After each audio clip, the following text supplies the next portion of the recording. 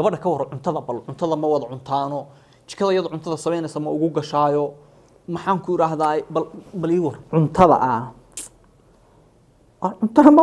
cunto horta waqtan cunto ku wada subaxina markaan baxo quraacda inta waan ka jarmaadaayo quraacdeeda ma sugaba kowde marmarba iga sii gaarsiisaayo subaxna iyadoo quraacda dubaasaan ka tagaayo aan isiraadnaa ma suuq kare iga tago ahadhow igu qaylisaa maxaa quraacda uga tagtayo duhurkiina niyo marmar baan imaadaayo marmarna suuqa ma ka qadeeyaayo niyo marka hadhow igu qaylisaayo qadada maxaa naga tagmaa qadada ma soo gaari niyo habeenkiina kolley mar dambaan imaadaayo waa dambeed ay hurdaan baan imaaday iyo carruurteediyo kolley kullayso iyaba cashada waa iska casheeyaan waa habeen waaba ka seexdaaba intaan iskuursanay waxaan u maleynayaa hal marba ma cunto ma waqtiba yaa isku helaniyo cunto laakiin adigu cuntaha eeg cunto qofku kaasna halkaas ku cuni kara kaasna halka adigu maxaa iskula soo dooranaysaa cunto la isla cunay maxaa ku dhex jira nin horta ninka imtixaanka muxuu ahaa wariyaahe cuntada waxa la yiraahdo inay gabadhu ay cunto ku soo samayso cuntada intay kuu sameynayso marban inta jikada u gasho aad la sheekaysato inay cuntada markay kuu keentana aad cuntada wada cuntaan oo aad ku sheekaysaan oo maxaan ku yiraahdaa guriga meelaha ku qubtaan hadhow cuntada ka gurto waa nolosha waxay ka mid tahay romantiga lagu sheegayo iyo farxadda guriga meelaha ugu muhiimsan bay ka mid tahay adna waxaad leedahay marmarna suuqan ka casheeyaayo habeen baan halka iyadoo inna lillahi wa inna ilayhi raaji'uun yaaha rag baa kuway qabeen waxay ka leeyina cunto ii samee oo maqanba adna waxay haysataa gabar cunto ku sameynayso ku soo diyaarinaysa oo bad haysataa mana dareemi sida ka war mise nin weyn baa meesha ku arta horta maxaa laga wadaa waxaas maxaa laga wadaa maaf Soomaaliba de waa romantiga iyo farxadda guriga romantiga baas waa maqli jiray romantiga maqli jiray sariirta iyo meelahaasaan moodi jiray ma aha sida Soomaalida waalantaa Soomaalida hadii romantic laga hadlo waxay moodaan in laga hadlayo sariirta war barnaamijkayga oo dhan hadda wuxuu ku saabsan yahay ilaa kuwa soo socda sariir wax la yiraahdo ma ka hadlaynaba kuma jirtaba laakiin romantiga fahan romantic hadaan maqasho waa nolosha guriga oo farxad loo bedelay ayaa romantic la dhahaa hadda ma garatay nolosha guriga oo dhan baa farxad u bedeli kartaa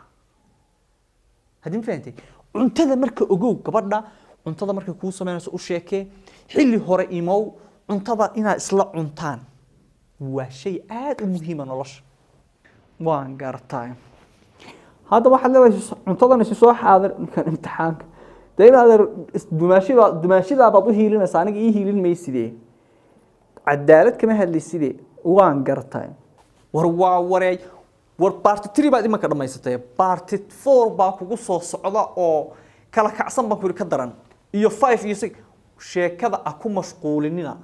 maxaan ku yiraahdaa ma ninba ma laba ninba tolo muxuu waa maxay waxana wuxuu ma jin nin weyn oo laba nin noqdo hadda xagad ku harto horta ma falxal baa soo cabti ha ku mashquulina mar baan labadayada live soo wada gali doonaa arki doontaan si kale aan idin qancin garanayna ha ku mashquulina adeer ma ninba mise laba nin sheekada dhuux sheekadu waa sheeka taxana part 4 ba imika kugu soo socdo waa dhowr iyo 10 baarti waxayna ka hadlaysaa sheekadana meesha ugu muhiimsan nolosha dad baa moodayna iska maadina warmaadin ma waa casharada qaata oo dadka u sheer gareey casharada tani eg labada qof sheekada waxa weeye labada qof inta sheekaysanayaan hadal macaan wax walba gurigii markii farxadda way dhamaatayba meesha la rabo farxadda sheekadii bay ka hadlaysaa waxay ka hadlaysaa dhinaca cuntada waxay ka hadlaysaa dhinaca in waqti la qaato in la isla dalxiiso waxay ka hadlaysaa noloshii farxadda caruurtii bay ka hadlaysaa waqti la qaato in quraanka iyo iskuulka loo maray kaga hadlaysaa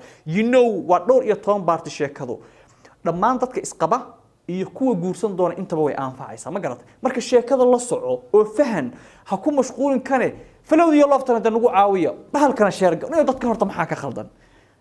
wax ninka lagu la hadlayna ma jirto wax gabar lagu la hadlayna ma jirto waa labadii dhinacba waayo waxa jira nin wanaagsan oo romantiga oo farxad iyo nolosha fahansan oo gabadhii dhagax ilaahay kaga dhigay oo waxay la fahmaysan jireen aan isqurxinayn aan waji fiican lahayn aan soo dhaweyn lahayn aan cunto fiican aan waxba lahayn عكسيga waxaad arkaysaa gabar noloshii fahansan farxadda say ninkeeda u soo dhaweynayso say iskugu qurxinayso cuntada haga oo isaga uu dhagax noqday dhagax halkan ayuu marka waxaan rabnaa in la isku soo dhaweeyo oo reeruhu ay degaan baa la rabaa muhiimadda sheekadu waa intaas waa casharo caadi ah odayaashu u sheer gareeyo islaamaha u sheer gareeyo oo annaga nagu soo sheer gareeyo oo falowdan noo dhangadeeya bahashan iyo maxay ka khaldan